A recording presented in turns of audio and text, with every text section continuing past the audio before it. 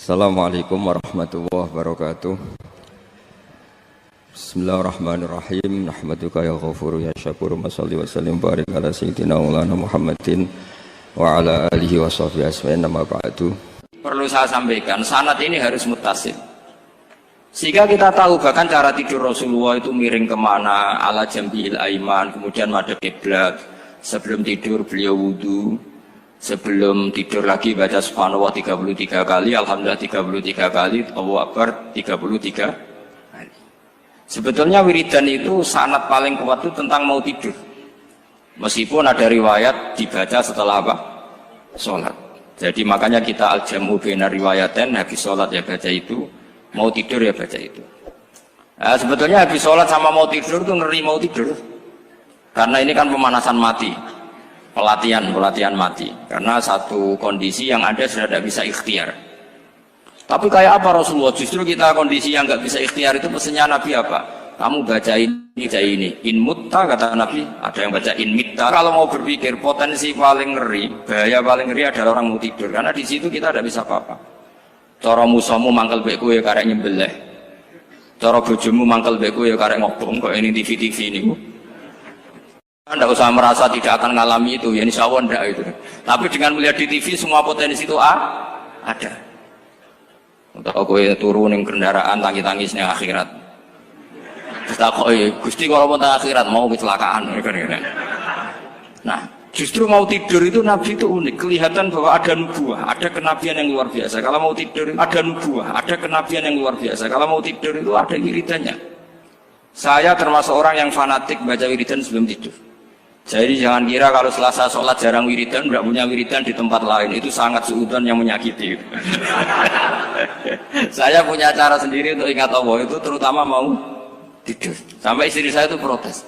Gus nak bersolat tahu mau nyekel tasbih Nabi tidur. Saya itu punya tasbih lupa jumlahnya semuanya di kamar tidur. Ini sekaligus ijazah entah pamer kebaikan tidak tahu saya. Pokoknya sudahlah husnudzon saja. Suudzonu iblis. Karena mau tidur saya pikir kalau tahu-tahu saya bangun terus ketemu mungkar nakir terus kayak apa. Sehingga Rasulullah itu ngajari kita luar biasa. Bismika wa du'tu jambi wa bismika arfa'u. Kalau mau tidur doa populernya apa? Bismika Allahumma ahya bismika amun. Hafalnya gitu dok. Saya hafal banyak. Allahumma rabbas samawati sab'i wa rabbal arsyil azim rabbuna wa rabbu kulli syai' falikal habbi wan nawa.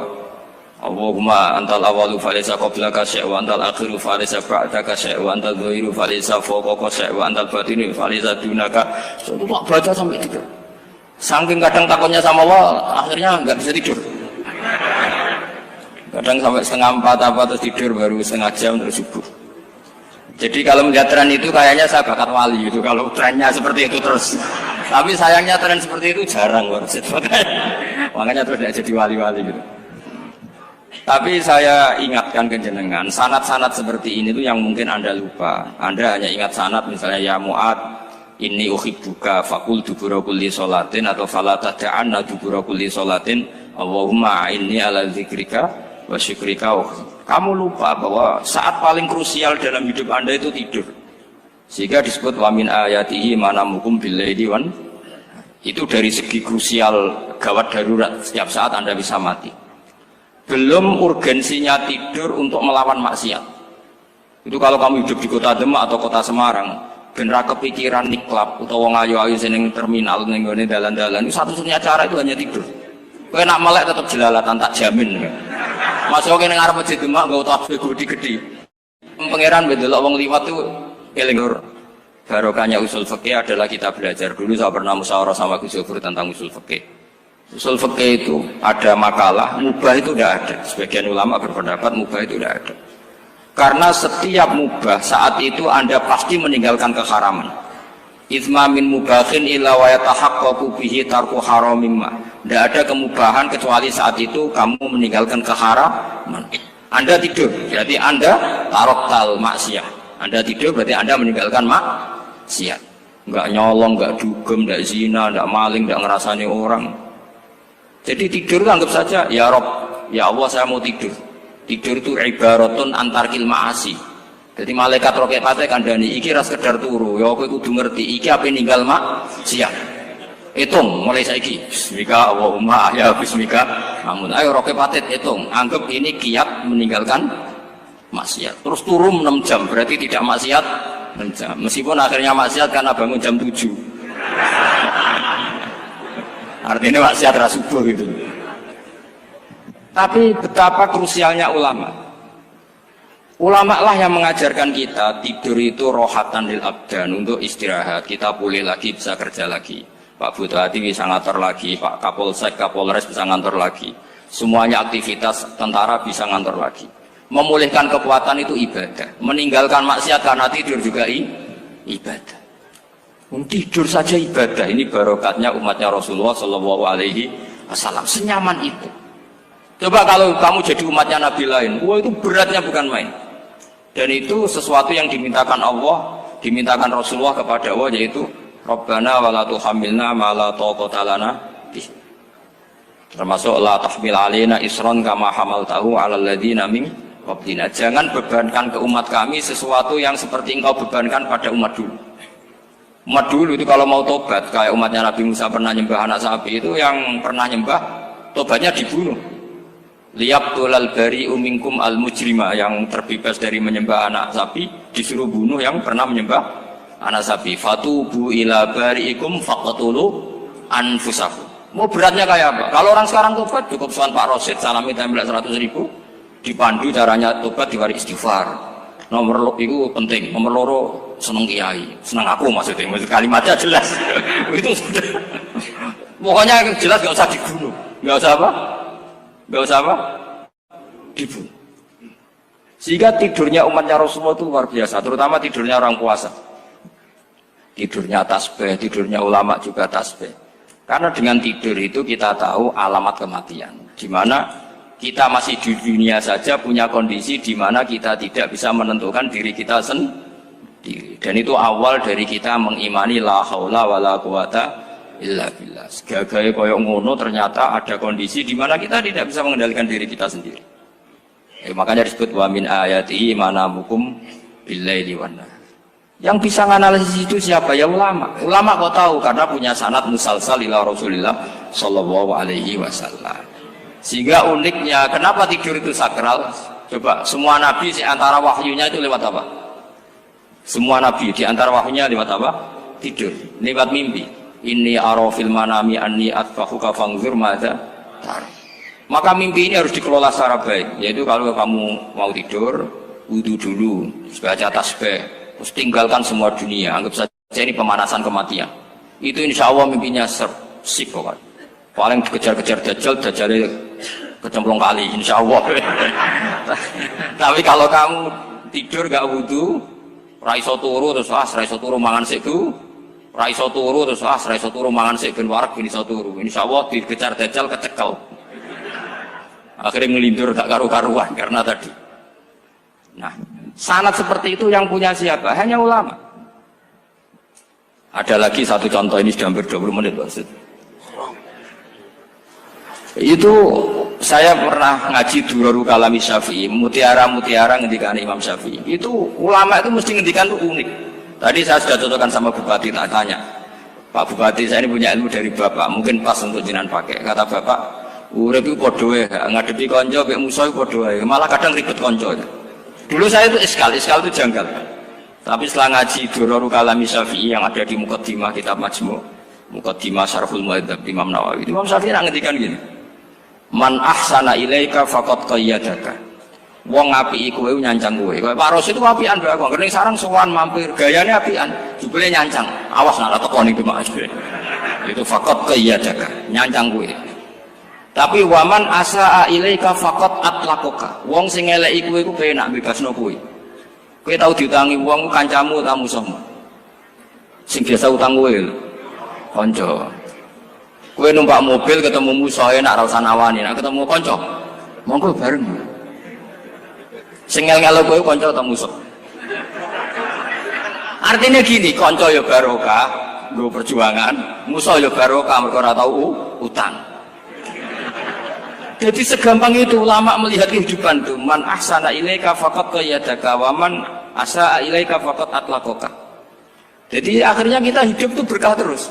Di konco ya nak kata Solo di konco Gus Zofur nak kalau buatan sakit fikih musyawarah, ora iso tasawuf musyawarah. Di konco Pak Rosid, konco rai sederhana. Pokoknya duit.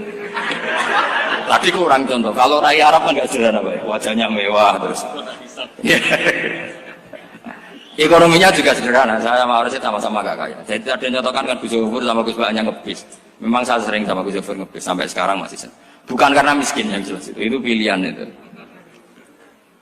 Jadi ulama itu segampang itu melihat kehidupan. Saya termasuk kiai muda yang nggak takut mati, bukan karena yakin di surga gitu, karena saya sering baca berdoa.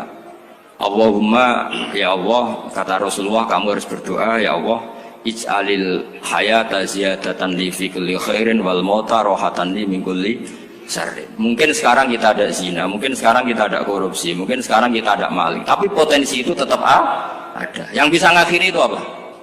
Kematian. Maka anggap saja kematian itu rohatan li min kulli syarrin, semua mengakhiri semua keburukan.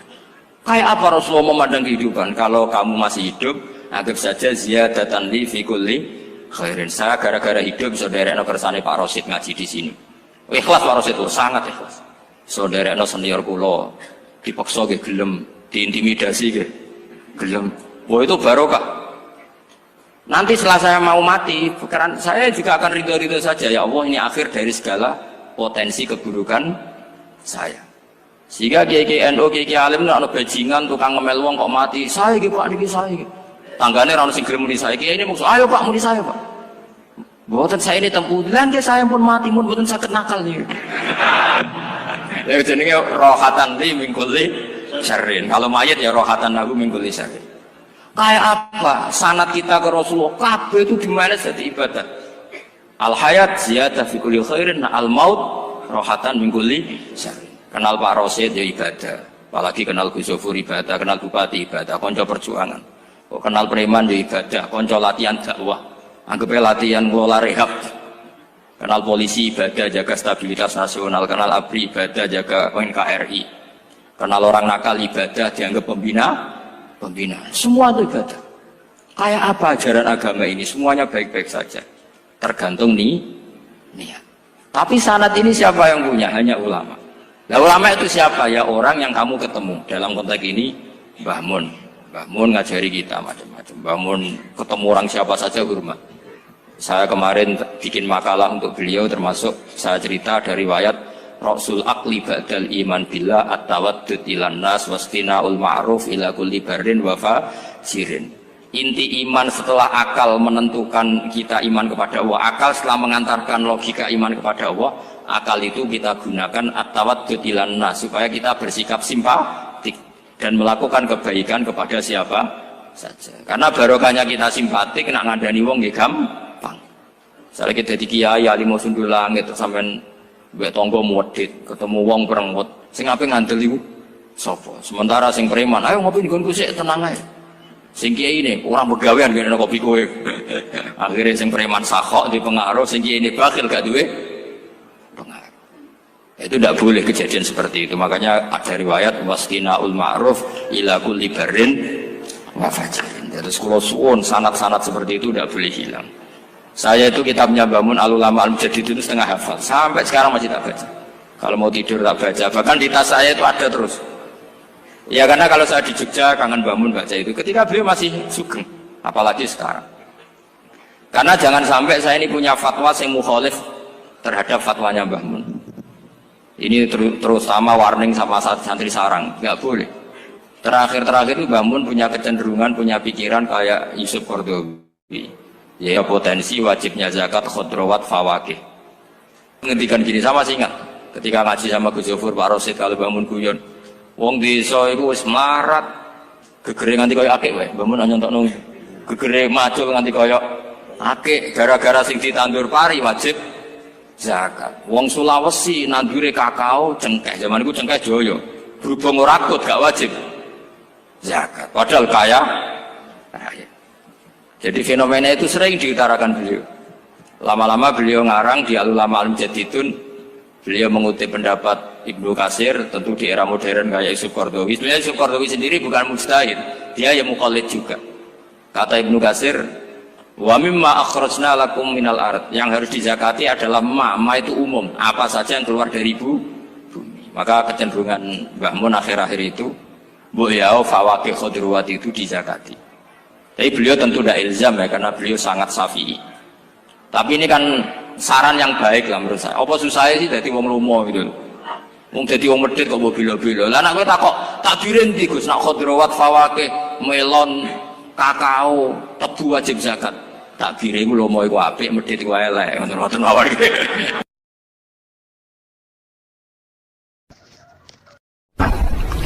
Ada nikmat batinah, yaitu kepuasan mendapatkan ma'rifatullah. Aku ulang lagi, kepuasan mendapatkan apa? Ma'rifatullah. Itu nikmat batin. Baik yang terkait Allah maupun terkait logika-logika tasawuf.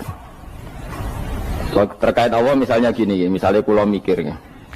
Kula nu bolak-balik matur niki, berkali-kali di tempat ngaji ini. Kimki jenenge eling, mboten gadah masalah ingatan ini eling-eling. Eling-eling tenan. Wong nak soleh, ya soleh, soleh. Cek soleh mulai cilik, cek soleh dadakan terus husnul khotimah. Pokoknya napa? Soleh. Niku nak mati, niku bumi ku nangis. Nangise bumi ku kekurangan utawi kalong wong sing sujud ning ndekne.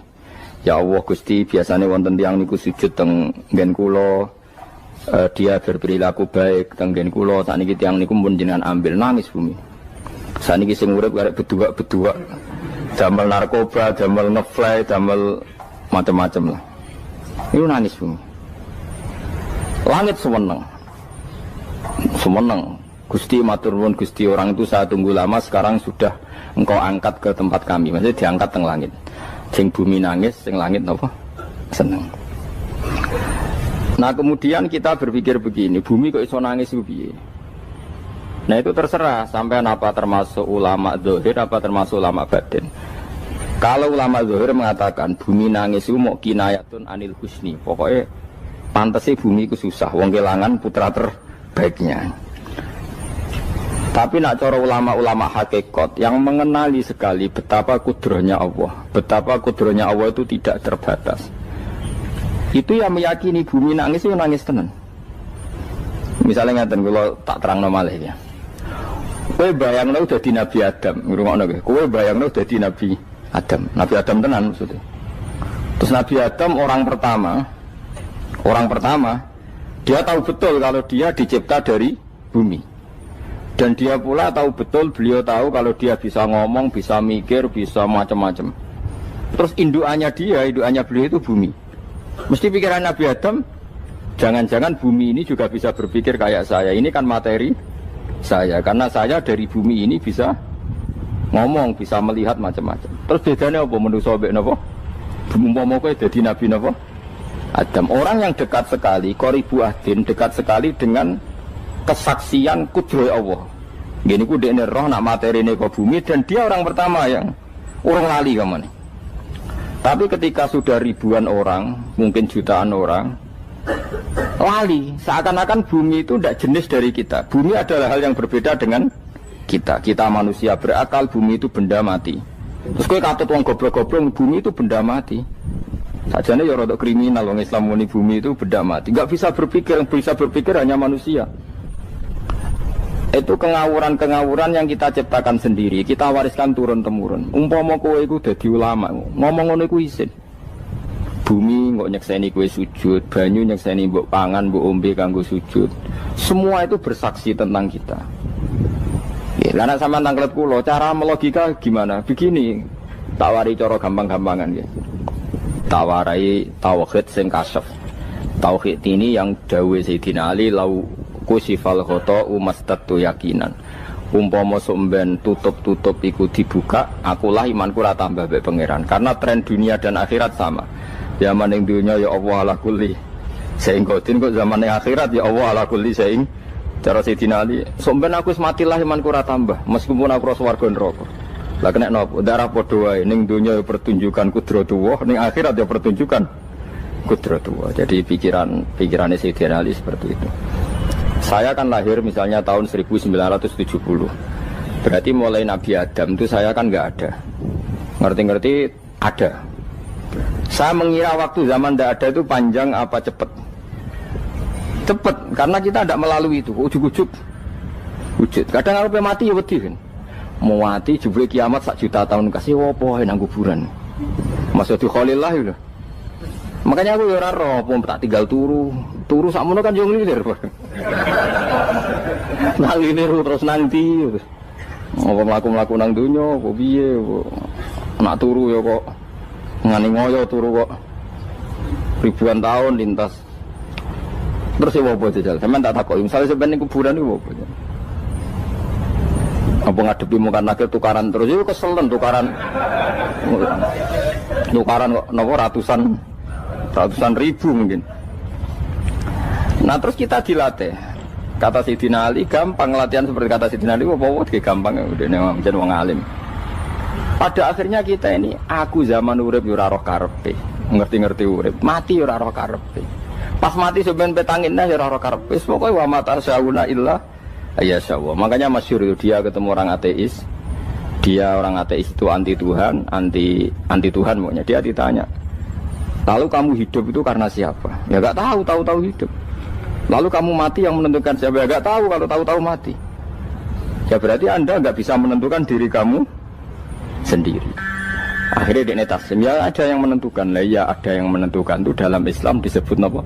Allah, disebut kalimatu haqqin alaiha nahya wa alaiha namut. Jadi kalau maknanya itu kalimat yang benar-benar nyata, yang karena kalimat itu pula kita mendapat kehidupan, yang karena kalimat itu pula kita mati, yang karena kalimat itu pula kita akan bangkit lagi. Itu yang makna hakikat. Tapi kalau makna syariat enggak begitu. Kalau makna syariat begini, dan ini benar juga. Mengenai kena ada di ulama, ciri utama ulama itu jami'ul bayan. Dia kalau menjelaskan itu indah sekali dan orang pasti taslim. Sama saya tak warai tenan. Sama kan biasa wiridan la ilaha illallah kan biasa, mulai mimpin tahlil sampai kepeksa mergo do tahlil melok, sampai sing darani bid'ah akhirnya ya melok tanggane napa? Tahlil. Soale wae. Kata Ibnul Qayyim Al-Jauziyah dalam kitab Zadul Ma'ad. Kitab Zadul Ma'ad itu kitab kesayangannya Sayyid Abdul Al-Haddad. Sayyid Abdul Haddad itu pengarang kitab Zadul Ma'ad. Padahal kitab ini dikarang oleh muridnya Ibnu Taimiyah. Abdul Haddad itu gak seneng Ibnu Taimiyah tapi seneng muridnya. Jadi di sini ulama ya demokratis. Gak seneng gurune tapi seneng. Saja nih Ibnu Taimiyah itu orang baik. Ya ulama top ya baik, ya waras top. Tapi ngerti-ngerti Wahabi itu identik dengan Ibnu Taimiyah. Akhirnya ulama Ahlussunnah penyebut itu terus izin. Mulane kiai-kiai ra ono sing dalil kala Ibnu Taimiyah mergo dicap Wahabi. Padahal Ibnu Taimiyah wong alim. Di kitab-kitab kita termasuk Syekh Muhammad piyambak nanya Ibnu Taimiyah kala Syekhul Islam nopo kala. Tapi kan ini sudah milik Wahabi sehingga kita ini terus akhirnya gak gelem nyebut. Jadi kitab koyo dalil fastabiqul khairat iki apa par iki dadi dalil yo dhewe-dhewe. Wah parah tenan wong-wong. Dulu saya melihat orang enggak kunut itu ya biasa. Mergo saya sebagai wong alim ngerti iku madzhab Abu Hanifah. Saiki nek ora kunut Muhammadiyah. Kita ini sebetulnya ahlul ilmi enggak tahu kunut itu madzhabnya siapa kita. Itu madzhabnya Abu Hanifah, yang kunut madzhab Syafi'i. Tapi tahu-tahu iki madzhab NU, iki madzhab Muhammad. Mana ada orang-orang ini bisa punya madzhab? Ngalime sepiro nganti dadi nopo? Madzhab. Tapi sudah dibahas, harus dadi nopo? Sewajo kabeh jane. Mas repot-repot. Tak warai iki. Sampeyan ben nglafadzno la ilaha illallah iku keren iki, keren tenan mboten keren-keren. Ngendikane Ibnu Qayyim Al-Jauziyah itu gini. Min asliha khuliqatil jannah wa min asliha khuliqatin nar. Terus wa min asliha khuliqatid dunya wa min asliha bu'isatir rasul wa min asliha qatalar rasul. Wah, terus sampai sekarang saya tak bedai. Surga itu kan digawe kelas VIP. VIP mewah. Terus dari rugane widadari dulu kan nak wingi sebut. Kira 70. 70. Wayu kabeh ora ono sing kriting, wayu kabeh. Wayu kabeh terus gak tahu delok wong liya kan. Kadang bojo kita wis elek jek delok. Oh iya, widadari sifatnya maksuratun fil khiyam. Jadi gak tahu keluyuran ning ndi. Wayu kabeh. Lek surga yang semewah itu selek itu ya bagi mereka sing lafadzno atau yang menerima la ilaha illallah. Neraka sekarang dibikin dalam itu. Jari Abu Hurairah neraka itu tes-tesane benda kamu jatuhkan ke neraka itu untuk sampai ke bawah itu nunggu 70 tahun. kila 70.000 tahun. Dikena HP membuat ceblok non rokok itu ceblok itu ngenteni 70 tahun. Betapa dalamnya ngentekno bego piro ya bayang misalnya. Oh itu kontraktor mana saja tidak sanggup itu disuruh ngeduk kedalaman neraka. Iku ya mau kanggo wong sing menolak la ilaha illallah. Jadi kalimat ini luar biasa. Swarga digawe bagi yang nerima, neraka digawe ya untuk yang menolak. Itu kalimat sing kok nak tahlilan turu iku lho. Iku kalimat sing nggo alasan Allah gawe swarga. Terus kalimat sing suwe-suwe sing lafadzno diarani bid'ah iku. Itu kalimat sesakral ini nasibnya akhir zaman iku entek. Gara-gara dilafadzno tahlilan tersangka jadi apa? Bid'ah. Dulu kalimat yang dipuja-puja penyebab surga dan neraka. Saiki kalimat itu tersangka. Mau perkara napa? Bid'ah. Wis aja melok-melok, kowe debat ya ora iso makili aku, sebarno ae iso. Kok kowe terusno kok dalan tok. Dah. Berarti la ilaha illallah itu kalimat yang surga dibikin karena itu, neraka dibikin ya karena itu. Kemudian Allah punya sunnah, lalu butuh pelatihan. Dikasihlah Allah dari bumi. Dia manusia butuh latihan, dibikinlah bumi. Dan ini latihan ikrar la ilaha illallah dengan sadar, dibikinlah bumi, liyabluwakum terus dites. Wes digawe bumi, ono makanan, ono minuman, ono wong wayah, ono pegatan macam-macam, wong diutang wis mbulet macam-macam. Gue ngetes, eling la ilaha apa eling utangi, eling la ilaha apa eling kasuse, pokoknya dites. Karena nggak fair kalau Allah bikin itu kemudian nggak dites, dibikinlah darul imtihan. Dunia itu bahasa Arabnya darul imtihan, tempat tes-tesan. Imtihan mana apa? Tes, liyabluwakum, diuji. Wes diuji kita hidup. Artinya kita dihidupkannya pun oleh Allah demi tes-tesan la ilaha itu disebut kalimatul haqqin alaiha. Nah ya sebenarnya kita hidup pun ini untuk dites.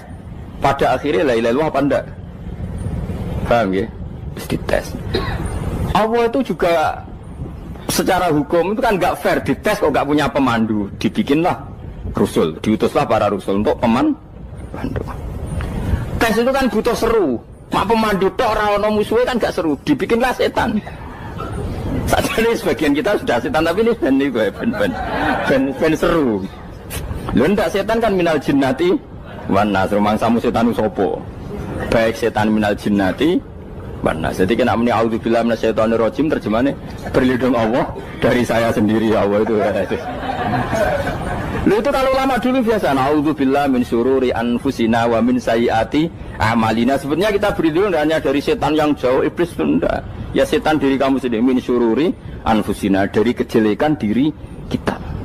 Wong-wonge do wujud, soalnya setan tuh makhluk gaib sing piye. Lah kowe iku sapa? Nganti kowe maksiat terus mergo akrab klop, roh mbek setan klop. Mulane terus maksiat. Dah. Allah ngutus pemandu yang ngecul setan ben fair. Napa? Fair. Jadi semua darul ibtila ini juga demi kalimat. Nah, makanya disebut kalimatul haqqin sing alaiha nahya. Kita hidup ya demi mendapatkan kalimat itu. Kita mati nanti ya demi kalimat itu, artinya mati ke neraka ya karena kalimat itu kita menolak atau mengabaikan. Masuk surga ya karena kalimat itu kita hormat, kita benar dalam memperlakukan kalimat itu. Berarti alaiha nahya wa alaiha nam. Terus wa alaiha nub'as karuan, kalau kamu termasuk minal aminin ya nub'as minas solihin, kalau minal kafirin ya nub'as minal zolimin. Tapi semua desain dunia ini hanya demi kalimat la ilaha illallah Muhammadur Rasulullah. Nah ini kan penting. Bagaimana mungkin kemudian kalimat sesakral ini, sehebat ini, kemudian ada orang tahlil kamu tidur. Kok iso kula janggal kok iso ana wong turu. Misale ke mangkel, kula mangkel sing mimpin Gus, suwira barbar. Bagaimana mungkin kalimat yang menyelamatkan Anda kemudian Anda anggap problem? Elek gak? Apalagi kamu anggap ini bid'ah. Nak cara kula oke lah, ndongakno mayit itu gak ono tuntunan Nabi. Tahlilan gak ono tuntunan. Tapi wis muni tok kono tok. Artinya menduk kono tok ora usah nyerang kalimah, enak kalimah tetap kalimah thayyibah. Soal kowe ora seneng sing tahlil, mergo tiga profesi lah iku wonge wae gedhinge aja geman. Ya saya misalnya, saya kadang enggak cocok sama mubalek karena kadang profesi. Tapi saya tidak pernah anti pengajian bagaimanapun itu membawa syiar Islam. Tapi kalau mubalek kadang ora seneng, kadang takok entuk piro. Bareng sangoni sithik, kok sumpah transportasi ini. Lah ngono kok mbok senengi iku piye? Tapi kita terus gedeng keliru iku sing nggawa syiar Islam. Mana ada pengajian didengar orang banyak tanpa mubalek? Gak iso. Ini iso melepukno barang-barang ra penting jadi penting iso. Lah cara guruku teng sareng yang apa melepuk nganggo panggung barang perkara. Tapi kadang ya benar. Yang namanya mudin mubalek ya itu bisa benar bisa salah. Tapi kamu gak boleh gedeng kalimatnya. Pilih kalimat itu kalimat hak. Nah, ini penting kalau utarakan. Sehingga zaman Nabi Sugeng ini rungokno tenan ngaji kula. Zaman Nabi Sugeng ada sahabat namanya itu Usamah bin Zaid. Ini sahabat kesayangannya Nabi, hibbu Rasulillah. Usamah itu diutus Nabi perang. Ini dengerin nih, diutus perang. Pas perang itu si kafir tadi menggal temannya. Ada yang tangannya putus, kakinya putus. Wah, seorang kafir ini sudah luar biasa. Bacok sana, bacok sini. Ketika terdesak oleh pasukan Usamah, kebetulan Usamah ini cakap ya, sama beberapa temannya orang Ansor. Orang kafir yang sudah koto'a arjulana wa koto'a aidiana, dia pas terdesak bilang la ilaha illallah. Terus sama Usamah tetap ditusuk, dibunuh karena dia berpikir ini qolaha muta'awwidzan, dia melafadzkan kalimat itu hanya berlindung dari pembunuhan. Setelah dilaporkan Nabi itu marah besar. Nabi ngendikan kaifa anta ya Usamah bila ilaha illallah idza ja'at bika yaumal qiyamah. Kowe nek ditakoki la ilaha illallah ku piye? Piye wis ngomong la ilaha illallah, tapi sampai ngomong ngoten sakwise ngetoki tangan kula, maksudnya tangan kula tangan kelompok saya kaki saya. Nabi tetap jawab kaifa bila ilaha illallah idza ja'at bika yaumal qiyamah. Bukan Nabi menyoal terus. Sampai menjadi fatwa ijma'nya fuqaha, siapapun yang melafadzkan la ilaha illallah harus kita terima meskipun qolaha muta'awwidzan, meskipun saat melakukan hanya cara zahir berlindung dari kematian, sehingga kita terima. Orang kafir yang 80 tahun kafir melafadzkan la ilaha illallah 1 menit menjadi mukmin. Sampai ada ayat kulil ladzina kafaru iyantahu yufar lahum ma qad salah. Ini kalimat yang sakral, bahkan kafir yang 80 tahun saja menjadi mukmin hanya karena melafadzkan la ilaha illallah. Mulane yang ngaji saya, yang seneng saya, jangan pernah kamu mengatakan ada bid'ah yang orang bisa jadi kafir. Bagaimana mungkin orang mukmin yang ke kuburan dan melafadzkan la ilaha illallah kamu katakan kafir? Padahal kalimat ini yang kafir 80 tahun saja menjadi mukmin. Saiki ana wong nglafadzno la ilaha illallah mergo salah tempat pinggir patok mbok arani kafir. Kok aneh. Mungkin kafir 80 tahun udah dadi mukmin iki gara-gara ngafalno la ilaha illallah dadi kafir. Mergo mau salah tempat. Ning pinggir apa? Patok. Mboten ora cocok muni nganggur, wong sering ziarah ku nganggur. Nyatane ya tenan. Cara dekne pegawai negeri ora sering ziarah. Nah iku tapi ora usah muni kafir gak mungkin lah. Coba kalimat ini itu orang kafir yang 80 tahun menjadi apa coba dengan melafadzkan kalimat ini? Mukmin kan? Berarti kalimat ini adalah kalimat penghilang kekafiran. Lalu karena dilafadzkan secara salah dianggap kafir. Hanya karena bid'ah itu tidak mungkin. Makanya sebetulnya Wahabi yang alim-alim itu tidak berpendapat demikian. Saya punya beberapa referensi Wahabi yang alim itu tidak pernah mengkafir-kafirkan orang karena perdebatannya seperti itu. Tapi saat ini wis kuwajo. Sebenarnya kalau orang alim itu ya mirip-mirip, entah Wahabi entah tidak mirip-mirip. Karena kalimat tadi. Wahabi itu kitab terbesarnya itu Ibnu Taimiyah. Ibnu Taimiyah itu punya murid Ibnu Qayyim Al-Jauziyah. Itu sampai sekarang saya lihat di fatwanya Ibnu Taimiyah itu begitu hormat sama orang-orang kita ini sama. Tapi tahu-tahu lewat penyaduran sana sini terus menjadi kacau. Jadi kalau balik ini malah sampai nak kepengen dua nikmat batinah seperti tadi yang saya utarakan. Swarga dicipta sedemikian mewah ya demi yang menerima la ilaha illallah. Terus neraka dibikin se ekstrim itu juga bagi yang nolak. Kemudian dibikin daru pelatihan yaitu dunia ya karena kalimat berarti kalimat itu luar biasa. Wa biha qamatis samawati wal ardu. Kalimat ini pulang menjadikan langit bumi berdiri. Lalu sekarang kita bisa ngomong, bisa berpikir, bisa ngadekno BPKB macam-macam. Itu karena kita sendiri apa karena kudratullah? Saya tanya. Karena kudratullah. Kalau karena kudratullah, apa susahnya Allah bikin kemampuan tanah ini nangis, tanah ini susah. Wong podo-podo kowe iso nangis, iso mikir ya mergo kudratullah, ndak karena kamu. Harusnya ya sama, bumi-bumi ini bisa menangis juga karena kudratullah. Makanya bumi ini menangis ketika enggak ada orang yang sujud. Iku ya mungkin. Wong zaman kowe iso nangis ya krana kudratullah, mestine bumi yang kamu katakan benda mati, hakikatnya dengan kudratullah juga sama dengan kita. Mulane tengene kitab Al-Husunul Hamidiyah, kula ngrasa utang tenan mbek kitab niku. Dulu saya ngaji 2 tahun kitab Al-Husun. Kitabnya kecil tapi saya ngaji itu 2 tahun. Berkali-kali saya ulang. Itu beliau cerita gini. Dia yang ngarang itu orang alim, kebetulan dia orang India. Memang kelebihannya kitab dikarang orang Arab itu luweh bulet.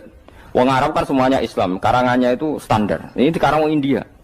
Di Tonggo Blodor, di masjidnya, dikarang ulama yang masyarakatnya itu tidak karu-karuan.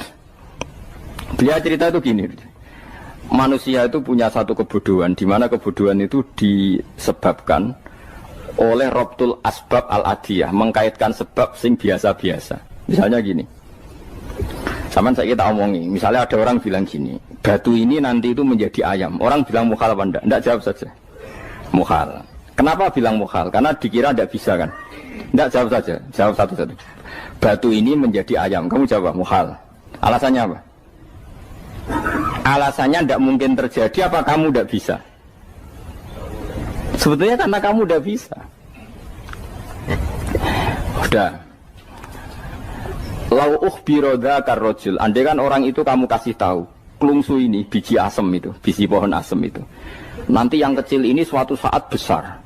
Setelah besar buahnya banyak, tambah besar, tambah besar. Terus orang bilang mungkin. Ketika bilang mungkin itu karena dia bisa, apa hanya karena menyaksikan berkali-kali ada kejadian nak klungsu ditandur, iku iso dadi gede. Coba sama jawab. Karena dia bisa, apa karena hanya menyaksikan itu sering terjadi? Hanya misalnya. Artinya zaman dia mengatakan mungkin itu pun tidak memberi kontribusi ikut buat. Iya enggak? Tetap bergantung kudrahnya Allah. Dia hanya bilang mungkin karena sering melihat. Sebenarnya dia enggak sama sekali memberi kontribusi. Lah darani mungkin ya ora urun. Paham ya? Lalu kenapa dia kecangkeman terus muni wong wis mati dadi lemah gak mungkin dadi manusa meneh. Lho zaman dadi manusa sing wis ngene iki kok mani dene lara melo gawe. Terus muni mungkin mergo sering terjadi, sering roh, sering bersaksi. Berarti sebetulnya manusia itu pakai ukuran dia mampu tidak mampu apa pakai ukuran bersaksi melihat. Bersaksi. Nah ini kan problem kita sebagai manusia itu problem. Mulane disebut wa kanal insanu zaluman jahula wis goblok aja-aja. Mergo manusia itu nak wis goblok aja-aja. Makanya saya kemarin diminta ngisi di pondok kajen. Kalau sampean berdebat sama orang ateis atau orang komunis itu gampang saja. Dilatih begini seperti teorinya Quran. Ya nanti saya teruskan ini tak ulang lagi ya. Saya ulang lagi ya. Andai kan nggak pernah terjadi telur itu jadi ayam, nggak pernah terjadi sama sekali. Telur itu jadi ayam.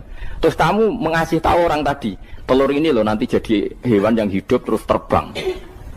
Mesti dia bilang mohal, mau benda mati kok nanti jadi benda hidup yang terbang ngalor ngidul. Berhubung sering terjadi dan dia pun tidak ikut bikin, bilang mungkin. Paham? Saya ulang lagi ya. Berarti dia bilang mungkin karena sering apa? Terjadi dan dia lihat. Andai kan pertama kali nggak ada telur sama sekali yang jadi ayam, terus pengalaman pertama di dunia belum pernah terjadi. Kamu kasih tahu telur ini nanti jadi ayam terus terbang. Orang ini bilang mukhal enggak? Mukhal. Berhubung sering terjadi bilang enggak? Nah berarti kita nanti bangkit dari kubur gampang saja bagi Allah. Cuma belum pernah terjadi kamu mengatakan mukhal. Nah makanya otak kita harus dibenahi. Makanya jogeman percaya yang pernah kita lihat, yang sering kita lihat. Percayalah dengan akal, tapi akal waras deh. Karena waras itu serempet tatanannya wangil. Makanya Islam itu melatih. Kul falillahil hujjatul balighah.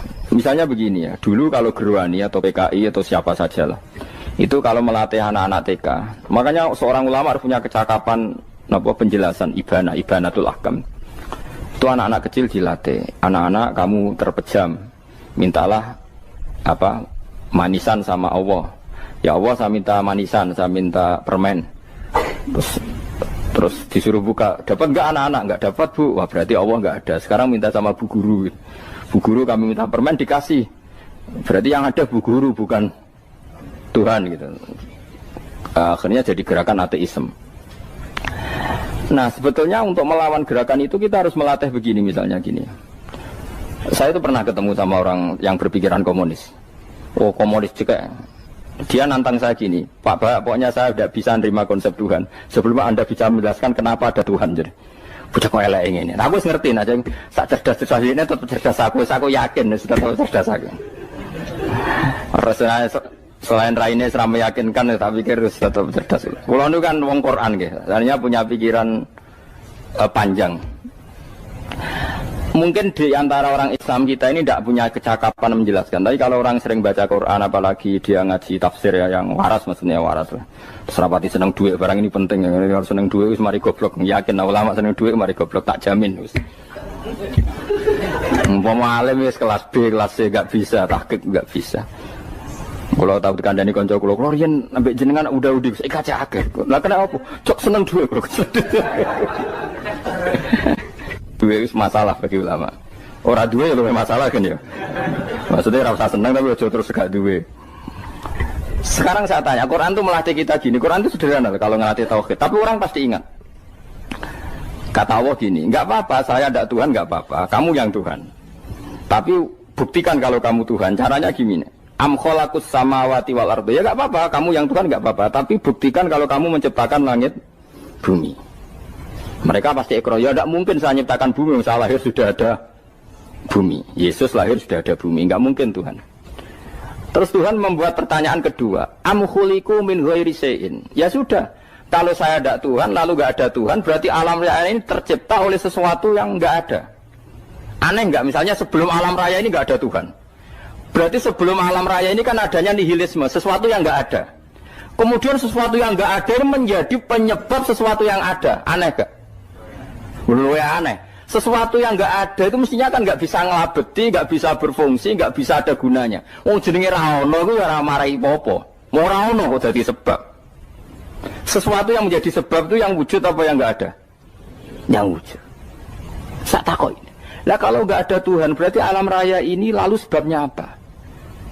Ya dari ketiadaan, lalu tiada itu menjadi sebab. Yang tiada kok jadi sebab itu tekem gitu. Mikir. Di mana-mana yang sebab itu harus barang yang wujud, nggak boleh tiada kok jadi sebab. Ini kan jadi aneh, sesuatu yang tiada menyebabkan sesuatu yang ada. Terus dia bilang, ya pokoknya ronde ini kalah, tahu kapan tak pikir ya? Pikir nganti mati temenang aku ini mana? Makanya sebetulnya dalam ilmu mantek, pertama itu kita tidak harus iman Tuhan itu namanya Allah, tidak harus. Makanya pertama dikenalkan, sementing kenal Tuhan itu ada dulu. Disebut zat sing wajibil wujud, belum disebut namanya Allah. Allah itu disebut nama Islam, paham ya? Saya ulang lagi, Allah disebut itu nama Islam. Tapi kalau penemuan akal hanya sampai kita ini butuh zat sing wajibil wujud, sing menjadi penyebab semua alam raya ini. Di bahasa Arab disebut musabbibul asbab. Belum menyebut Allah musabbibul asbab. Islam pun pertama Iqra turun ya nggak nyebut Allah. Iqra bismi rabbikal ladzi khalaq, khalaqal insana min 'alaq. Iqra wa rabbuka. Tuhan itu siapa? Yang mencipta. Nah, yang mencipta ini oleh syariat Islam disebut Allah. Tapi dalam logika yang penting gue kenal si ono musabbibil asbab. Pastikan bahwa alam raya ini yang wujud pasti disebabkan sesuatu yang ada. Nggak boleh barang wujud kok diciptakan oleh sesuatu yang tidak ada. Yang gendeng ora barbar barang ra ono mbok sifati al khaliq. Sing gawe langit bumi apa? Pencipta. Penciptane apa? Sesuatu yang tidak ada. Kowe ikhlas dutek ngono kowe ikhlas ta ora? Gak kowe ikhlas ta ora dutek ngono kowe ikhlas ta. Kowe gelem dadi bodho niku. Gelem kan? Mboten. Nah, nikmat ngono jenenge nikmat batin. Mulane sing suwenang mbek kalimat la ilaha illallah. Wis ana sing bid'ahnallah iku wong nganggur wis beno sak uni-unine. Tapi kadang memang kita berlebihan. Tahlilan ra barbar 40 dina ini ra barbar. Muga alasane wis disangoni akeh tahlil sedih lho sakake penggemar sing keselen sing rantuk sangu ya butuh cepet. Lane cara kula niki penting kula utarke. Kowe nek ora cocok tahlilan 40 dina wis ngomong ae kira cocok model harinya. Tapi ki aja menolak kalimat la ilaha illallah iku disifati Kanjeng Nabi kalimat thayyibah. Wong Nabi nyifati thayyibah, kalimat yang suci kok nyifati bid. Soal kira cocok wong sebut. Misalnya kamu bilang saja wong mati wis sangu amale lha apa didongakno barang. Nek kowe pengen ndonga ora usah ndonga. Wis ora usah biasa wae. Kula lah mbok dongakno ya ora seneng. Gak meyakinkan. Karo dene mlebu swarga butuh dongamu ora ono swarga fadhole pangeran apa mbok dongano barang. Nah, tapi kowe donga aku ya seneng. Senenge ya semau lah timbang nyanyi-nyanyi rame-rame sadok dongane. Mbok mandi mbok ora pokoke dongane. Saya ulang lagi ya. Makanya Quran itu melatih logika sampai seperti itu. Am khalaqus samawati wal ard bal la yuqinun. Sampai terus diulang-ulang. Am khuliqu min ghairi syai'in. Kalau mereka merasa Tuhan enggak apa-apa, tapi buktikan mereka ini wujud sendiri tanpa sebab. Atau begini, kalau mereka tidak tahu sebab pencipta langit bumi, mereka sendiri suruh yakin kalau mereka adalah penciptanya. Am humul khaliqun, enggak apa-apa. Ya tapi masih Abu Jahal gendeng lah, masih Abu Lahab ngawur lah, nak takoki, ya wes pangeran kowe wae sing gawe langit bumi. Penggemarnya saja pasti tertawa. Mosok Abu Lahab darani pencipta langit bumi, wong lahir wae ning bumi. Tapi Quran oleh nggo jawab, am khalaqus samawati wal ardo. Apakah mereka menciptakan langit bumi? Bala yuqinun, mereka pun tidak pernah yakin. Jadi itu pangeran. Makanya di mana-mana orang alim itu suka debat. Karena pangeran sendiri kalau menjelaskan kebenaran seringnya juga nantang debat. Kata Allah, Qul ara'aytum ma tad'una min dunillah aruni madza khalaqu minal ardi am lahum syirkun fis samawat. Enggak apa-apa mereka Tuhan kata Allah, tapi buktikan zaman langit diciptakan mereka memberi kontribusi apa? Apa urun bego, apa urun cagak, apa piye lah pas aku gawe langit iku dekne urun apa jare am lahum syirkun fis samawat. Misale urun apa lah? Urun tol ta urun apa lah. Itu pangeran. Mereka kan pasti menjawab enggak. Terus itu nih kita bimbing qobliyada. Kalau kamu nggak percaya Quran sebagai kitab, nggak apa-apa. Tapi buktikan kamu punya kitab tandingan.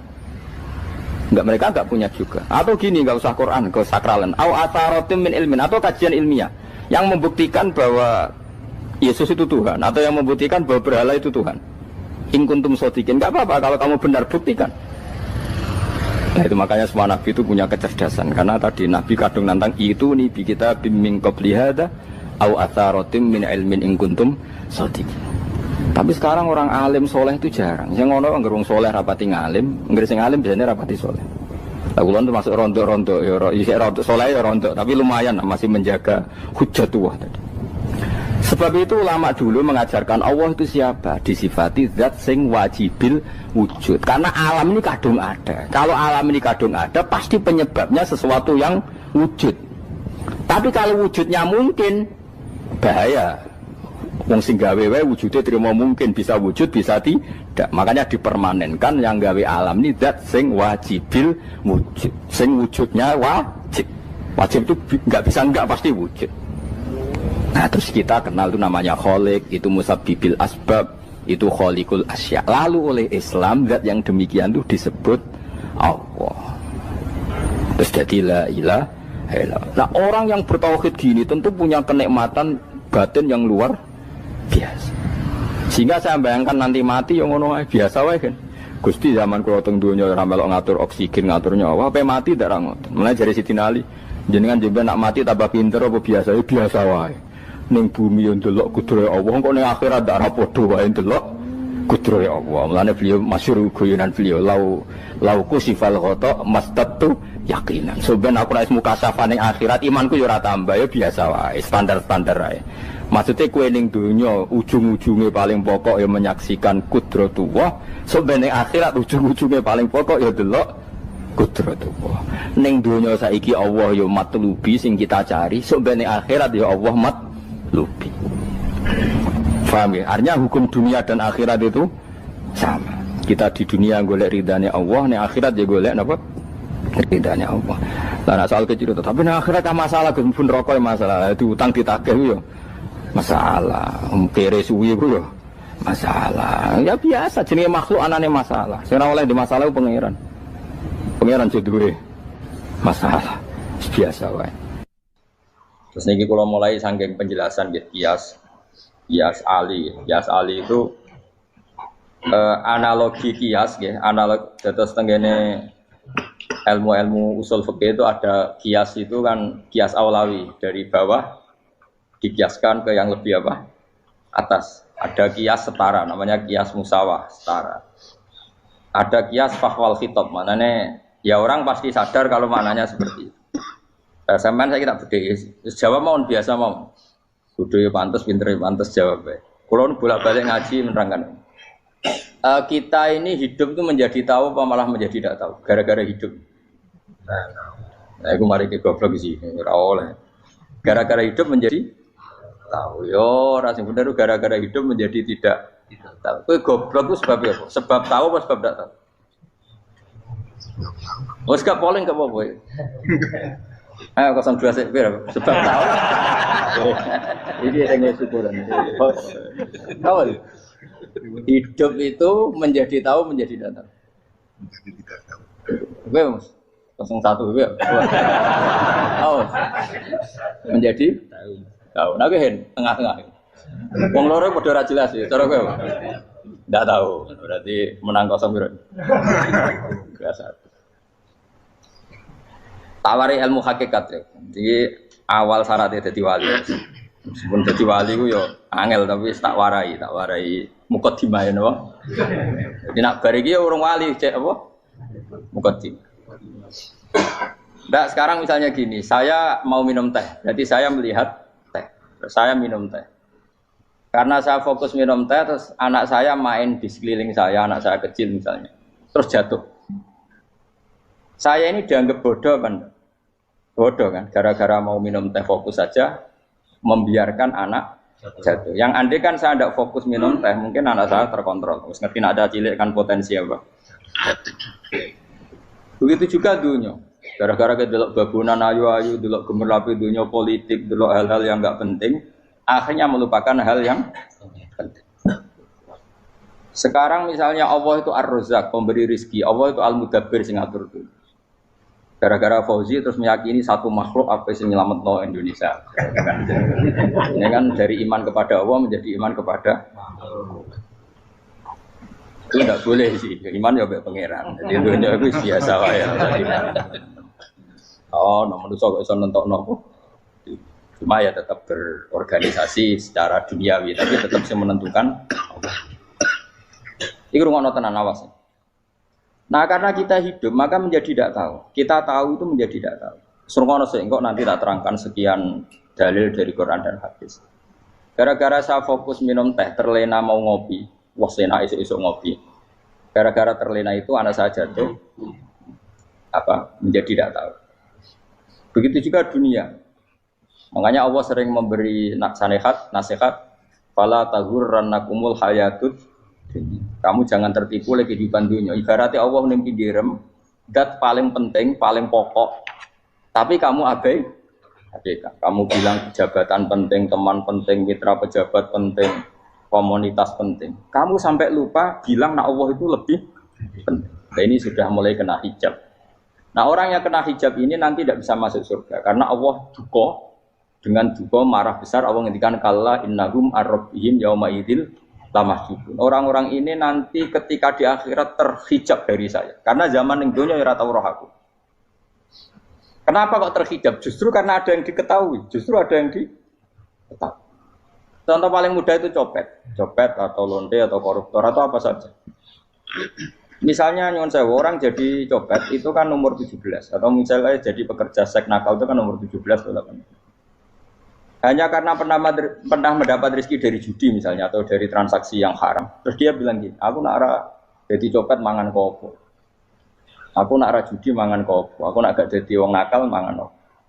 Padahal dia 17 tahun nyatanya bisa makan, birizkillah apa?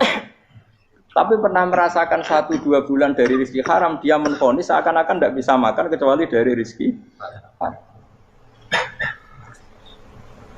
Ya itu tadi gara-gara tahu nikmatnya uang yang sepintas lewat haram, nyopet atau korupsi, terus menafikan nikmat-nikmatnya. Jadi dari tahu nikmatnya nyolong atau korupsi menjadi tidak. Makanya kalau dalam ilmu tasawuf itu gini Fuad Walian, manusia sekarang itu tidur, kalau mati baru bangun. Jadi cara ilmu tasawuf itu anna sunyamun wa idza matu intahu. Mungkin ada yang hafal tapi ra paham. Jadi rata terang. Annasu niyamun wa idza matu intahu. Manusa kabeh sak donya iku turu. Nek mati lagi tani. Mergo kena wis mati iku lagi roh. Jebule sing hak tenan iku sujud ning pangeran. Sing hak tenan iku subhanallah walhamdulillah. Sing hak tenan iku muni Allahu akbar. Kae zaman ning donya dintekno kowe ngomong, "Nu Amerika super power." Kenal presiden penting, kenal menteri penting, kenal kiai gede penting. Iku mbok entekno. Barang-barang sing cara akhirat gak mendesak mbok entek. Wong nak ramangan mati, nak ra duwe gaji sumpah, nak pensiun sumpah. Hal-hal nanti setelah di akhirat kamu hanya tahu satu kalimatul haq, yaitu kenangan terbaik kamu di dunia itu sujud. Jika kamu getun ketika hidup tidak pernah sujud. Makanya kata Rasulullah, nanti kamu tahu ketika di akhirat hatta takuna sajdatul wahidatu khairan minad dunya wa ma fiha. Sehingga kamu nanti tahu bahwa sujud satu kali itu lebih baik ketimbang dunia dan sisi. Karena ternyata setelah kamu di akhirat, yang layak jadi poin kamu hidup di dunia itu hanya apa? Sujud. Nah, yang dunia kan WA penting, HP terbaru penting, babonan penting, mitra penting, ngomong terus berjuta-juta kalimat. Hanya karena kamu hidup. Tahu saya mati, kau ngerti, kau kabeh dak. Maka ilmu kamu itu setelah mati, lagi ilmu terlambat. Nah, pas ilmu mau terlambat itu Allah duka, kalla apa alhaqumut takatsur hatta zurtumul qabir kalla saufa ta'lamun summa kalla. Terus kalla law ta'lamuna ilmal yakin la tarawunnal jahim. Pas kowe ilmumu wis bener, Gusti ternyata penting sujud teng jenengan, ternyata penting jenengan Allah. Pas roh pas waya mlebu neraka, kok wis kecewa. Ya saiki tapi waya mlebu neraka, roh wis terlambat. Mane tak warai saiki bener roh pas waya mlebu neraka. Kok nak roh terlambat, pas roh waya mlebu. Sehingga ketika Allah melehno wong kafir, melehno itu mencibir orang kafir. Kata Allah begini. Ini mungkin yang hafal Quran bisa dicek lagi. Fakashafna anka fito akafa basarukal yauma hadid. Jadi kata Allah ngomentari orang kafir ketika di akhirat, laqad kunta fi ghaflatin min hadza. Kamu lupa kan kalau ada akhirat seperti ini kata Allah. Fakashafna anka fito aka. Sekarang kamu saya kasyaf, saya buka semua fakta. Fa basarukal yauma hadid. Sekarang pandangan kamu tajam. Dulu di dunia bilang misalnya seks penting, dugem penting, narkoba penting, maksiat penting. Kalau enggak gitu saya pusing. Nanti di akhirat semua ini jadi problem.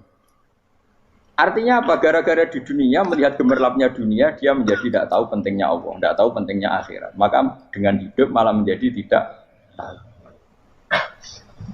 Maka untuk menjadi tidak tahu itu sebabnya dua. Makanya polling 01 dan 02 sama benarnya tadi.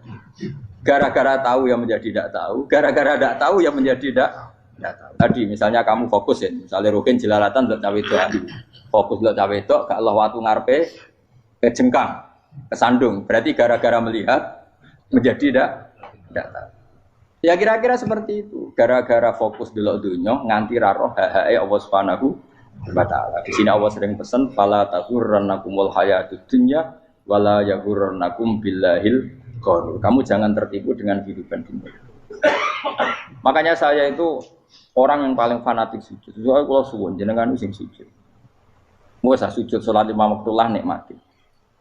Karena sekali kamu terbiasa mensifati dunia ini penting, nanti kamu akan lupa mensifati akhirat itu penting. Dan itu awal kamu tergelincir dari ansawa isabil, dari jalan yang benar. Makanya tadi pepatahnya orang sufi apa? An-nasunyamun wa idza matu indah. Manusia itu tidur, kalau mati baru. Terus contoh kedua begini. Kenapa Allah begitu murka ketika orang tidak mengerti hak-haknya Allah? Bukan karena Allah anarkis atau keras. Memang secara akal pasti begitu. Saya sampai tak beda ini. Lihat contoh gampang-gampang saja, tak wari logika. Kalau ada orang buta lewat kemudian nabrak tembok, karena apa? Karena buta kan? Buta itu maknanya apa? Tidak tahu. Akibat tidak tahu, nabrak tembok. Ya kan? Karena tidak tahu. Karena tidak tahu, nabrak tembok. Karena tidak tahu, terjatuh di sungai. Karena tidak tahu, terjatuh di jurang. Sekarang juga sama. Orang karena tidak tahu pentingnya agama, tidak tahu pentingnya Allah, kemudian dia fokus ke duniawi. Akhirnya ya nabrak tembok. Natijanya sama enggak? Saya ulang lagi ya, orang buta karena tidak tahu nabrak tembok. Orang fokus untuk perempuan cantik atau melihat apa, kemudian dia tidak tahu depannya juga nabrak. Untuk menjadi nabrak itu syaratnya tidak tahu apa tahu? Bisa dua-duanya. Tidak tahu ya sebabnya nabrak, fokus ke yang lain ya bisa. Nah, maka tidak tahu ya sebab nabrak, fokus ke yang lain juga sebab. Nah mata kita, hati kita ini sudah dipenuhi hal-hal yang tidak penting, sehingga kita lupa dari hal yang penting. Kayak tadi kita mau minum kopi saja, fokus sampai meninggalkan anak main sampai jatuh. Berarti minum kopi sebenarnya tidak satu kebodohan, tapi ketika membiarkan anak kecil jatuh itu adalah kebodohan. Sebetulnya makan menikmati dunia itu tidak kebodohan, tapi ketika Anda melupakan Allah itu menjadi satu apa? Kebodohan. Ini disebut kamu jangan terlena oleh kehidupan apa? Dunia. Nah kenapa terlena? Itu kakean delok. Mulane Nabi itu ora tau delok dunia. Nabi, saya ini tak latih gitu wali, tapi mukadimah. Kulon itu belum pernah delok. Saya pernah punya kakak wakil bupati, punya teman gubernur banyak tuh. Kalau delok susu ora wani, mergo kuwatir seneng. Nabi itu pernah, Nabi itu jenenge manusia, pernah lewat itu. Kemudian tonggo-tonggone Nabi kebetulan pas pulang bawa unta-unta banyak. Itu Nabi melihat mungkin 0, sekian detik. Itu wis dilori pangeran. La tamuddanna ainaika ila ma mata'ana bihi azwajam minhum zahratal hayatid. Jadi misalnya kayak Rogen misalnya dulu wong numpak Alphard pejabat ana sing bukakno. Enake dah nak jadi wong ngene iki. Kalimat itu direkam oleh Allah bahwa Mustafa pernah ngomong enake dadi wong iku numpak Alphard ana sing bukak. Tapi kan tetap kirim. Sehingga nanti di akhirat kalimat itu direkam misalnya nanti ternyata yang numpak Alphard misalnya nyuwun sewu misalnya yang numpak Alphard tadi tetap di neraka, kamu ya ikut di neraka. Karena dia menikmati Alphard lali akhirat, kowe yo ngangen-angen kepengen seperti itu. Maka poinnya sama. Kon mlebu neraka bareng. Terus ada orang sujud di musola, melarat sujud. Kowe gak pernah enake dadi wong iku. Padahal sujud itu yang menjadi orang masuk surga. Terus kowe ditakoki ning akhirat. Kowe tahu angen-angen dadi wong sujud mboten nate. Tapi dia tahu angen-angen mewah nate. Yes, seneng kono kira-kira gitu. Lha iku latara undal pas kowe roh ilmu yakin pas wae mlebu neraka. Lha iki mulane tak ajari dini kiat-kiat supaya kira mlebu. Makanya latih melihat dunia gue juga kesungan. Misalnya di konco, di pejabat.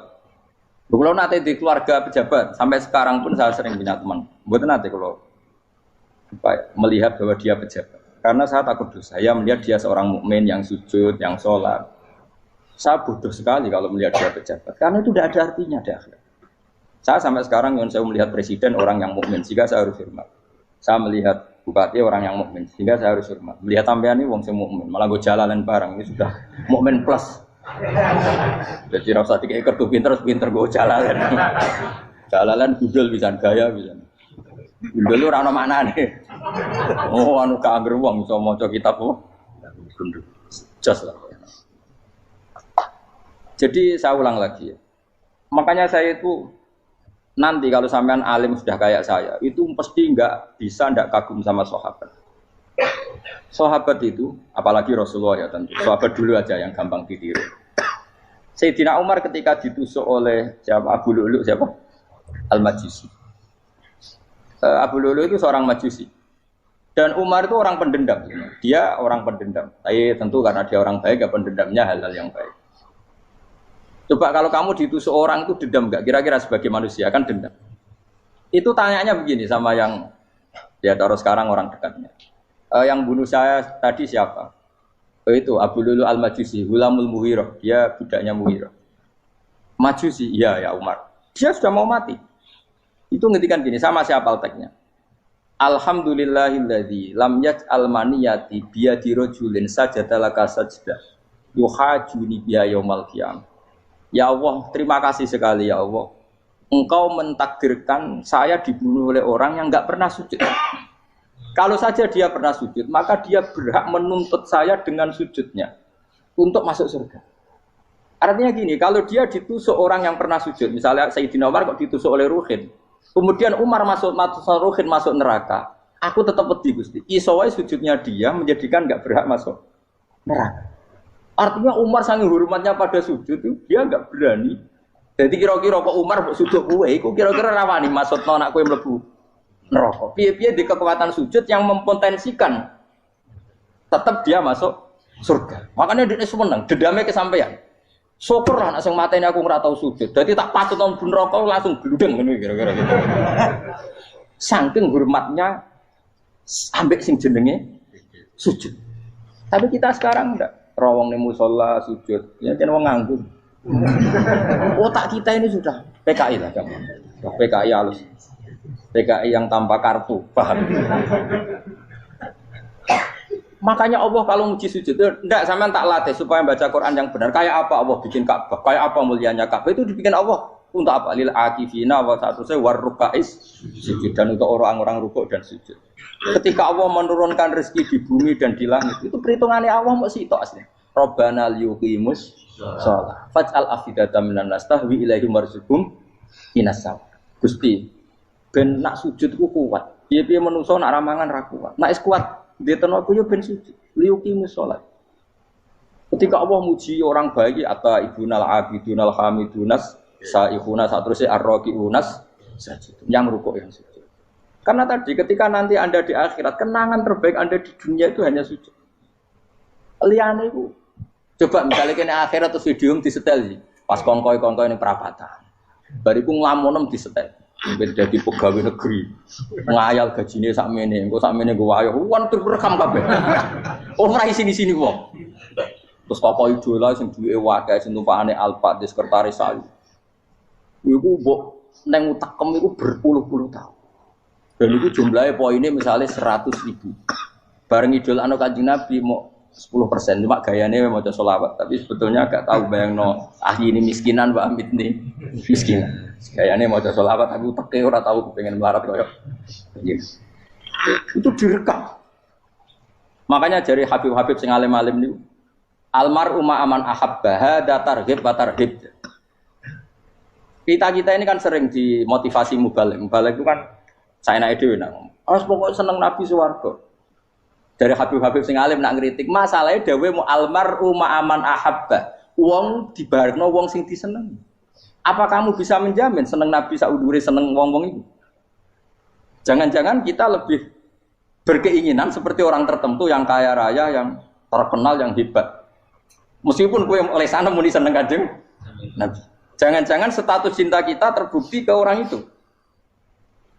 Iya toh, misalnya gambarnya pasang neng kamar, puas, partai, uang, kuasa. Terus kue nyumbang masjid nyuwun sewu mau 50.000, tapi bareng nyumbang untuk kemenangan orang itu 10 juta. Nyebut uang itu satu hari 100 kali, nyebut Nabi bedak sholat. Bareng dihitung, dipoling mbak malaikat, disurvei buat dipoling orang pokoknya. Dengan cara begini status senangnya orang ini ke siapa? Ya, ono pengajian sholawatan nyumbang 50.000, nanggo pemenangan. Tapi sudah diundang hayya ala sholah mlaku ngenteni komat. Tapi nak diundang acara kampanye teko ngarep sedurunge 2 jam. Dari sekian di polling, terus kadar cintamu ke siapa coba? Dari sekian indikator misal cara polling. Jangan-jangan diputuskan lebih seneng ke itu. Ya sudah almarhum aman. Apa? Makanya kata orang-orang alim almarhum apa? Orang itu terserah disenangi. Masalahnya kita tidak ada jaminan lebih senang Nabi. Ya orang ada jaminan ya saya aman misalnya. Hitung dewi-dewi. Rasa menang terus kau begitu. So wis kadung tuh, so wis kadung. Makanya Sufyan Ats-Tsauri itu jadi wali kurang sama mergo ibadah akeh mboten. Sufyan Ats-Tsauri gurunya Imam Syafi'i. Jadi wali itu sederhana. Sama tak ceritane orang-orang jadi wali dengan cara yang sederhana. Tapi kan niru copy paste ya, artinya orang apa ya, KW lah. Kalau niru gak apa-apa, tapi KW kebaikan. Sufyan Ats-Tsauri itu ditanya, kenapa kamu sedekat itu sama Allah dan Anda keramat? Jadi resepnya begini, saya itu belum pernah ke masjid nunggu adzan. Paling gak setengah jam, 1 jam sebelum adzan itu saya sudah ada ke masjid. Ditanya, kenapa begitu? Ketoke kok kawula sing elek, moro ngenteni diceluk. Terus ngerti nak wayahe yak ngono kok Allah nyeluk. Misale saya punya cah dalem atau saya punya karyawan, tiap jam 8 itu buka toko. Nah, bayangno itu juga. Saya punya karyawan tiap jam 8 tugasnya buka. Selalu buka tokonya ngenteni tak panggil. Rohen, koko buka, siap. Tapi besok ya ngono lagi, jam 8 buka, siap. Tiap hari gitu, kira-kira kendaraan karyawanku goblok apa sopan? Kira-kira enggak jawab ya. Goblok kritik enggak usah gitu. Nah, Sufyan Ats-Tsauri tidak mau gitu. Wong wis ngerti nek Allah ya mono wayahe manggil. Dadi ya kerja malu wis ning kono. Dadi nek Allah ayala salam pun Gusti. Ayala salam pun teng mriki. Iku sudah dadi wali. Oh iku saya buat tiru tapi kawe lho, gak masalah. Tapi ini kan resep, no? Lho mangkel lo gak kira-kira. Ono karyawan tiap jam 8 kon buka toko. Selalu marane ngenteni di pagi. Jadi wali dulu tuh punya cara muamalah sama Allah tuh luar biasa.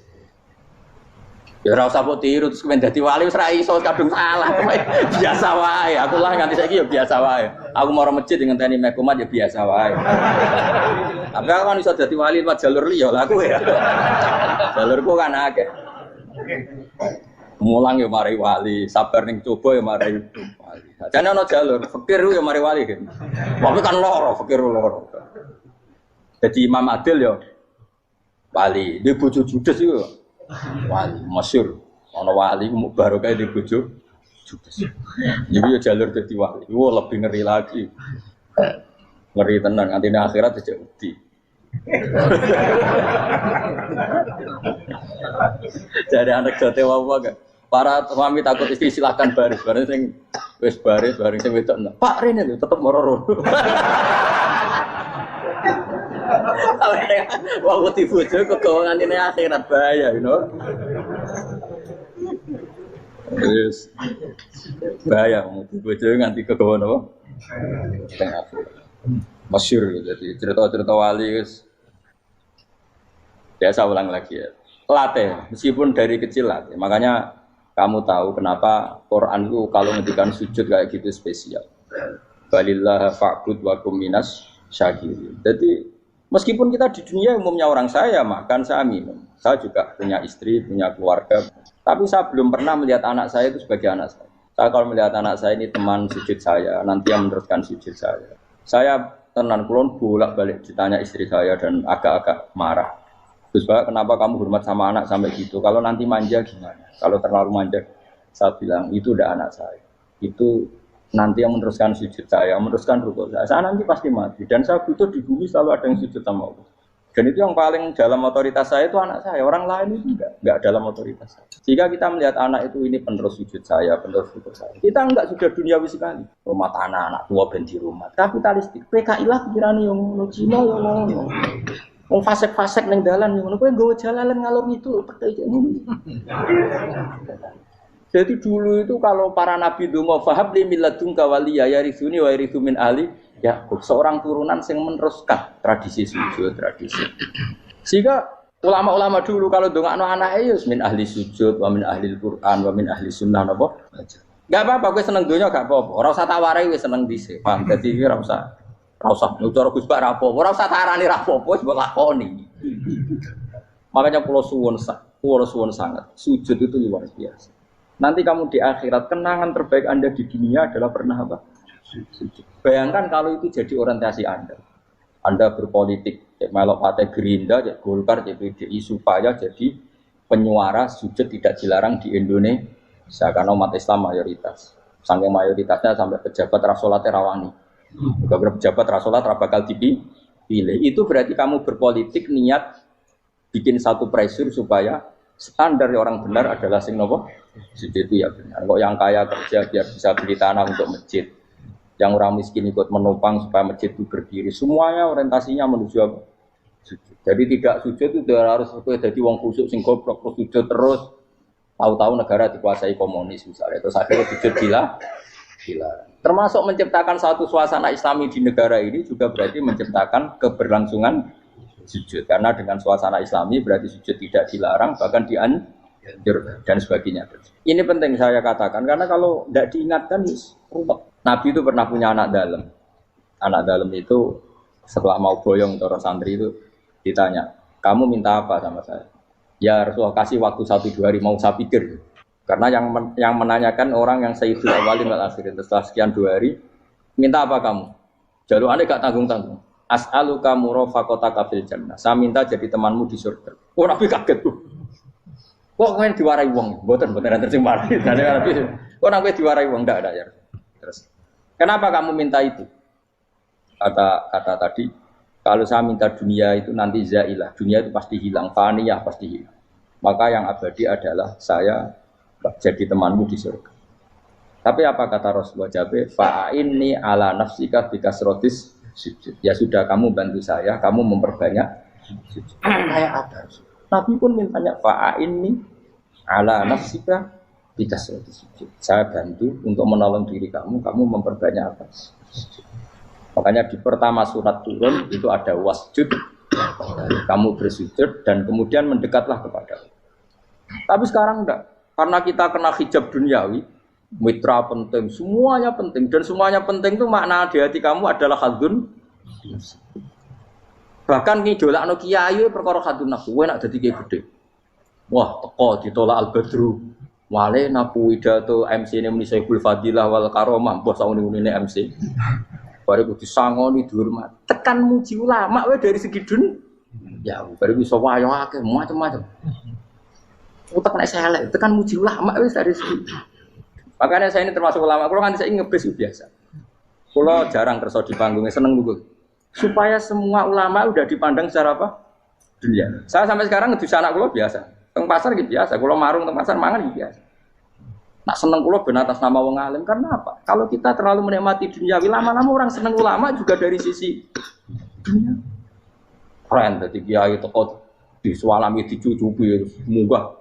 Ya enggak apa-apa itu enggak dosa sebenarnya, tapi takut saya utek elek-elek ini ngejolakno perkara duniawi, show-nya itu apa? Jadi wong ini tak pikir teko ngaji bar wis warmu paham karmu ora karep. Mulan ngarep ora ngaji karmu. Mesti rugi kowe ya, aku tenang ae aku. Ben orang itu latihan ikhlas, napa? Latihan. Goblok kadang gitu protes mbek tiyang dia. Gus, jenengan sekali-kali nak tidak tak derekno kok umum. Aku itu tidak mengharamkan itu, meneh kula dereng tuwa.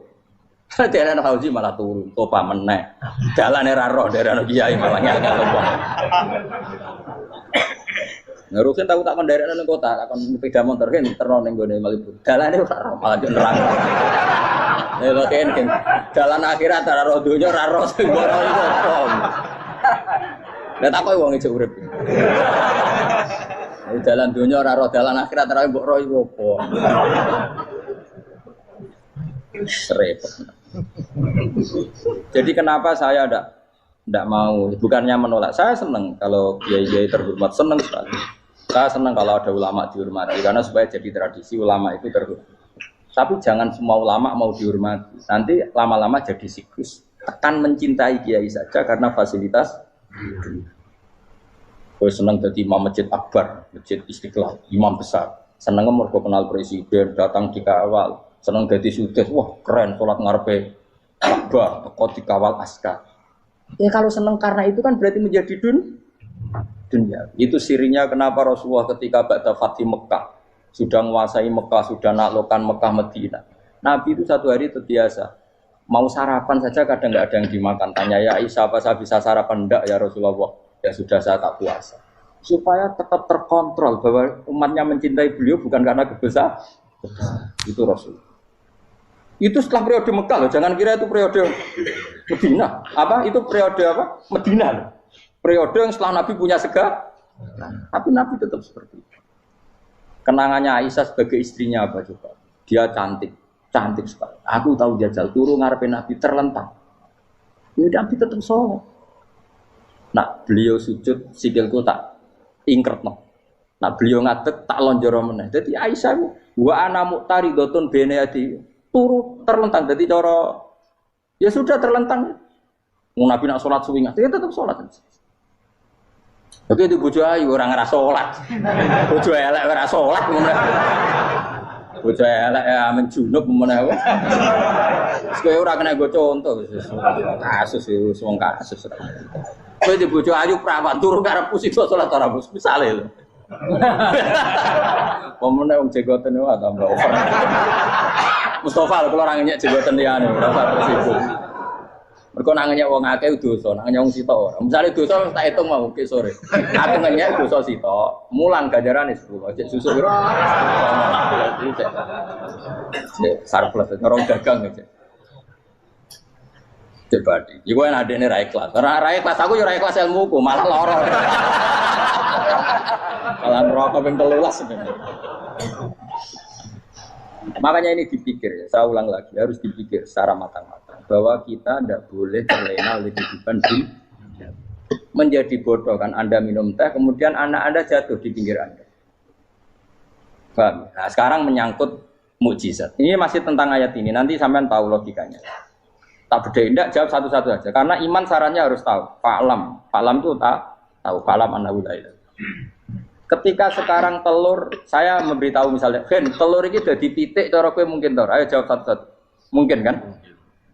Tapi pertanyaannya, saat telur menjadi pitik kemudian mungkin, dan ayam ini bisa terbang, bisa selingkuh, bisa punya anak turun, itu menjadi mungkin itu kan kamu pun tidak ikut menciptakan.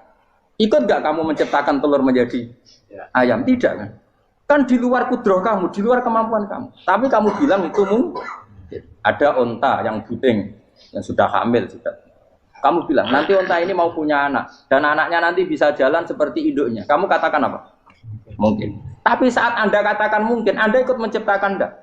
Enggak kan? Tetap itu kudrohnya Allah. Tetap itu. Maka para nabi itu tidak tahu bedanya antara onta yang keluar dari indukannya dan keluar dari batu. Itu syaratnya jadi nabi, syaratnya jadi wali. Nah, saya kira nabi. Makanya Nabi Soleh ditakoki, bukti nak kudrohe pangeran itu. Lah kamu minta apa kata Nabi Soleh? Silahkan ada unta keluar dari batu itu. Nabi Soleh bisa. Dia tenan terus unta keluar dari batu. Terus kaumnya gawok. Wah kok hebat tenan unta metu kok batu. Jadi Nabi Soleh, ya padha karo unta lahir kok indukane. Bedane apa? Yo beda. Lah bedane apa? Metu kok watu kok ya ora melok gawe. Metu kok indukane ya kok ora melok gawe. Bedane apa? Tapi utakmu kena hijab, kamu niku ana bedane. Cara nabi-nabi ora roh bedane. Lah kula termasuk warasatul anbiya ya ora roh bedane cara. Waras utek kula niku waras. Lho lha yo misale kowe cara iman seperti itu yakin dadi wali. Wes sama amatir-amatir lah, wali swasta lah. Pokoke wis dadi. Jadi manusia itu lucu, sesuatu yang dia pun tidak bisa. Iku sok bedakno. Kalau telur menjadi ayam mungkin. Sapi keluar dari indukan mungkin, biji padi menjadi padi besar mungkin, tapi nak watu kok jadi biji padi mukhal. Lo saat yang dikatakan mungkin itu apakah manusia ikut memberi? Tidak kan? Ikut menciptakan? Harusnya kan dia bilang, yo aku menyaksikan itu karena ada kekuatan X yang menciptakan itu. Harusnya dia kalau mau konsisten kan, saya tidak bisa menciptakan telur jadi ayam, tapi ada kekuatan lain yang menciptakan. Dan saya tidak bisa. Jadi telur keluar dari ayam ya kita tidak bisa menciptakan. Sapi keluar dari indukan ya kita tidak bisa menciptakan. Termasuk untanya Nabi Soleh yang keluar dari batu besar kita. Makanya semua Nabi itu tidak tahu bedanya. Itu bedanya Nabi sama enggak Nabi. Makanya Nabi itu tenang ya, masyhur. Ketika perang Khandaq, Nabi itu kelaparan. Kemudian Jabir datang, ya Rasulullah, istri saya menyiapkan makanan untuk orang 6. Karena kambingnya hanya kecil. Maka hanya orang 6 saja yang kau boleh datang ke sini. Tapi Rasulullah dengan santainya, ya ahlal Khandaq. Padahal yang ngeduk Khandaq itu sekitar 3.000, ya ahlal Khandaq. Halumu ilayya yuk ke Jabir. Karena Jabir sona atau aman, bikin makanan untuk kalian. Itu 3.000 orang.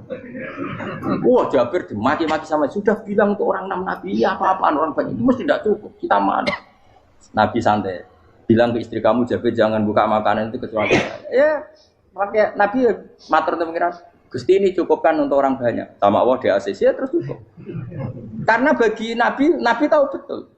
Sekarang ketika beras menjadi beras, apa dalam kudroh kamu? Dalam kemampuan kamu? Enggak kan? Ketika sistem tubuh kita makan kemudian jadi kenyang, apa dalam kemampuan kamu? Kue muni mangan maknane sego bolebokno mulut, terus kue darani punya kemampuan makan. Apa setelah itu kamu mengendalikan sistem saraf kita, sistem urat kita? Enggak kan? Jadi Nabi ora roh bedane, justru itu jadi Nabi. Karena dia enggak pernah terjebak, Nabi enggak pernah terjebak oleh yang dili. Makanya cara pangeran wa ma min dabatin fil ardi wala ta'iri yatiru bi janahihi illa umamun amsalukum. Ketika orang kafir minta bukti kudrohe Allah iku apa? Kanjeng Nabi didono manuk. Lah manuk terbang bukti kudrohe Allah. Ya biasa mat manuk terbang, wis suwe nak manuk terbang. Bukti kudrohe ning ndi? Iku tekek wis semper. Lha bukti kudrohe ya kowe ora iso gawe kan? Tapi maksudnya wong kafir bukti kudrohe pangeran gawe unta kok watu. Lah bedane apa? Mau khale unta kok watu ambek kok indukane? Bedane apa jajan? Wong ibuke unta ya ngrasa gawe. Apa ibu unta bisa menciptakan anak unta? Kan tidak bisa juga. Pun kalau terang guys, kalau sekali-kali nerangno masalah awal itu suar. Awal itu suar itu sing masyhur itu alif lam mim nggih, awal napa? Baqarah. Terus napa malih? Alif lam ra. Terus alif lam mim ra, terus Yasin, Toha, Ain, Sin, Qaf, Hamim, Kaf, Ya, Ain, Sad, terus Nun, Qaf, nggih sekitarnya. Ada banyak perdebatan ulama yang menurut saya sebagian itu harus kita benarkan ya. Meskipun sebagian itu ya hanya akal-akalan, tapi sebagian saya percaya ya. Misalnya ngeten nggih, kalau tafsir Jalalain itu jenenge tafsir cari aman. Soale angger ngono ngendikan Allahu a'lamu bi muradi bidzalik. Wis mulai ngarep nganti nguri. Sampai sing maca bosen. Bosen sampai muni ngene santri sing elek-elek. Mumpun suwe Mbah nek Allah langkung pirsa. Perkara angger urus di Allahu a'lamu bi muradi bidzalik. Maksudnya serap sanjenengan kandhani mun ngertos nek Allah langkung napa? Tapi sebetulnya Imam Suyuti di luar Jalalain itu punya banyak karangan kitab besar, termasuk Majma' al-Bahrain. Belum ada tafsir sebesar tafsirnya Imam Suyuti, jadi Majma' al-Bahrain. Nah, tapi alhamdulillah saking besarnya enggak ada yang punya. Jadi akhirnya duwene napa? Jalalain. Sekarang regane jutaan ya wis Jalalain ora paham mau maca napa?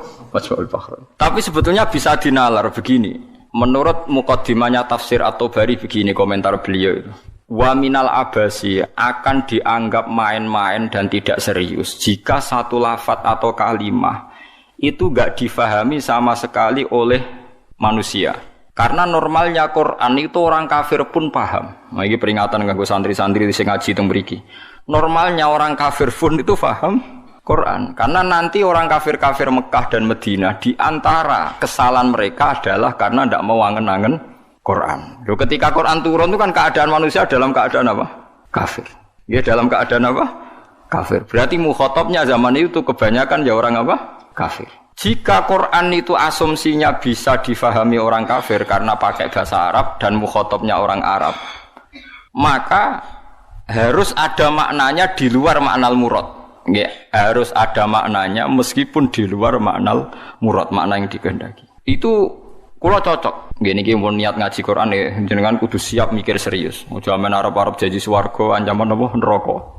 Contone ngeten nggih. Kula contohno sing real teng kene hadis-hadis sahih. Walid niku musuh besare Nabi.